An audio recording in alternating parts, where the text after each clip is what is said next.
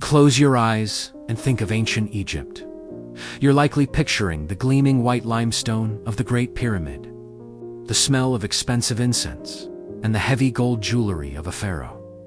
It looks like a paradise of engineering and mystery. But now, open your eyes. You're standing in a village called Deir el-Medina. In 1300 BCE, the air is thick with the smell of cooking fires and livestock. There is no air conditioning, no antibiotics, and your status in society is literally written in the scars on your back. To survive even one day here, you have to navigate a world where the gods are fickle. The nature is predatory, and the very bread you eat is trying to kill you. Today, we aren't looking at the kings. We're looking at you. Let us see if you'd make it to the afterlife, or end up as a footnote in a dusty tomb. Your first instinct is to head to the river. In a desert that sees less than an inch of rain a year, the Nile is everything. But the Nile is a biological minefield. While the Egyptians were surprisingly clean, bathing multiple times a day, the water they bathed in was stagnant in the heat.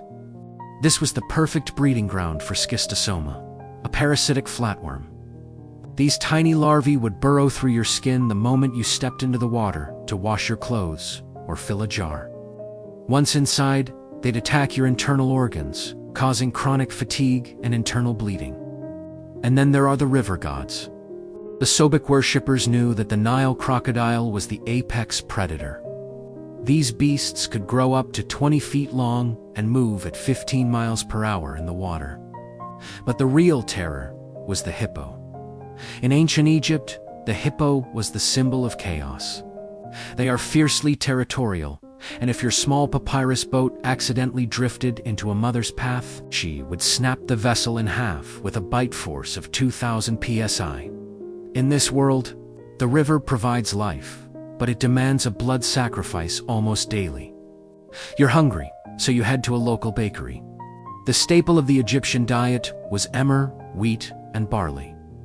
However, the process of making flour was a nightmare.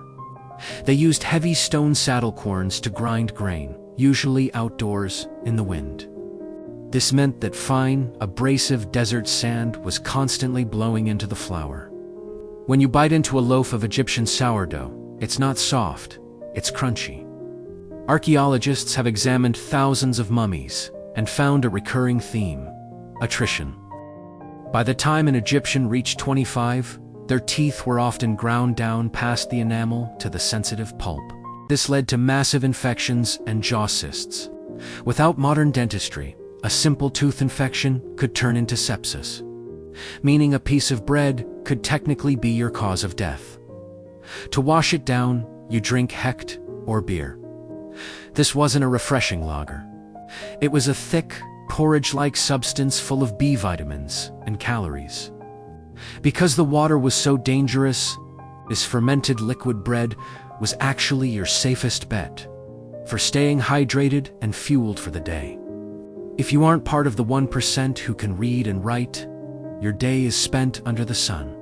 Most people assume the pyramids were built by slaves, but historical evidence suggests it was actually a corvée system, a labor tax. For several months a year, the pharaoh owned your body. UDB. Shipped off to a construction site where UD drag limestone blocks weighing 2.5 tons. The heat is the silent killer here. Temperatures in the quarry could reach 120 degrees Fahrenheit. If you didn't have enough salt and water, heat stroke would claim you in hours. If you survived the heat, you had to survive the accidents. We've found workers' cemeteries where nearly 50% of the skeletons show signs of healed fractures, broken ribs, and crushed limbs. The only reason they survived these injuries was the surprisingly advanced medical care provided by the state to keep the workforce moving. You were a gear in a massive machine, and the machine didn't stop for anyone. So, you've survived the crocodiles, the sand bread, and the laborer. But you've cut your leg on a stone. What now? You visit a senway or doctor here. Your life is a coin flip.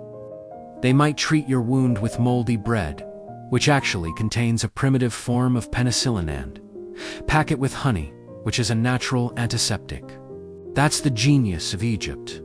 But they might also decide your blood is blocked and use a copper knife to bleed you, or apply a poultice of lizard blood and pig teeth.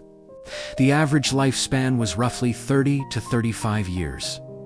If you made it to 40, you were considered an elder with the favor of the gods. Survival in ancient Egypt wasn't about strength. It was about adaptation. It was a world of high-tech medicine mixed with dark superstition. So, looking at the evidence, the parasites, the heat, and the grit dew, you think you'd be the one to thrive and see the sunset? Or would you be headed to the mummification tent by dawn? Let us know your survival strategy in the comments below.